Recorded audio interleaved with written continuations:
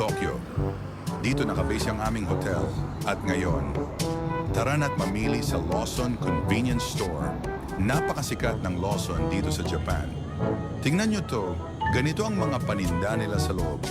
Sobrang daming pagpipilian, may ramen, garage chicken, sushi, bento meals, bread and pastries, at kung ano-ano pa. Kumpleto talaga.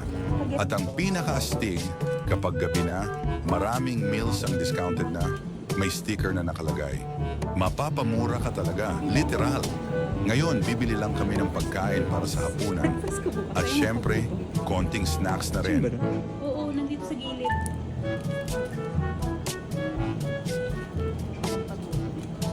Gusto ko ito.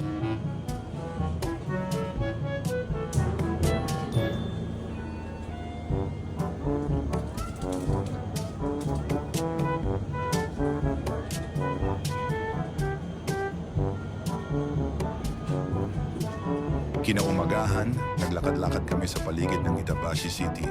Ang tahimik at napaka-organized ng lugar. Walang kalat, walang basura, at wala ding dumi ng alagang aso sa kalye. Ibang-iba talaga kumpara sa Pilipinas. Alam nyo ba? Dito sa Japan, stricto sila sa traffic rules. Kapag hindi ka sumunod sa traffic light, pwede kang makulong ng hanggang 3 buwan at magmulta ng mahigit 50,000 yen o mga 20,000 piso. Kaya dapat talagang disiplinado. Ngayon, sasakay na kami ng tren papuntang Shinjuku.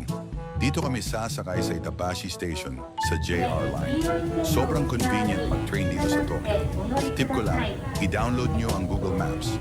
Sobrang accurate ang mga instructions pati platform number. Sakay kami ngayon sa platformo 2. Ilang minuto lang ang hintayan, madali lang naman dumating ang tren.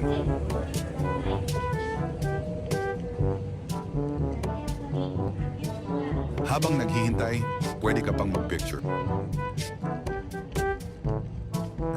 Trivia. Alam nyo ba na karamihan sa mga Japanese ayaw sa amoy ng perfume? Nakaka-offend daw ito para sa kanila. Kaya kami, hindi na rin nag-perfume. Respeto sa kultura nila.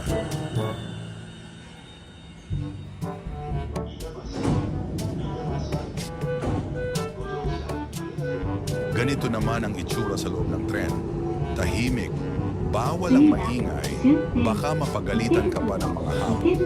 At ang tren nila, hindi maalog, swabe lang talaga.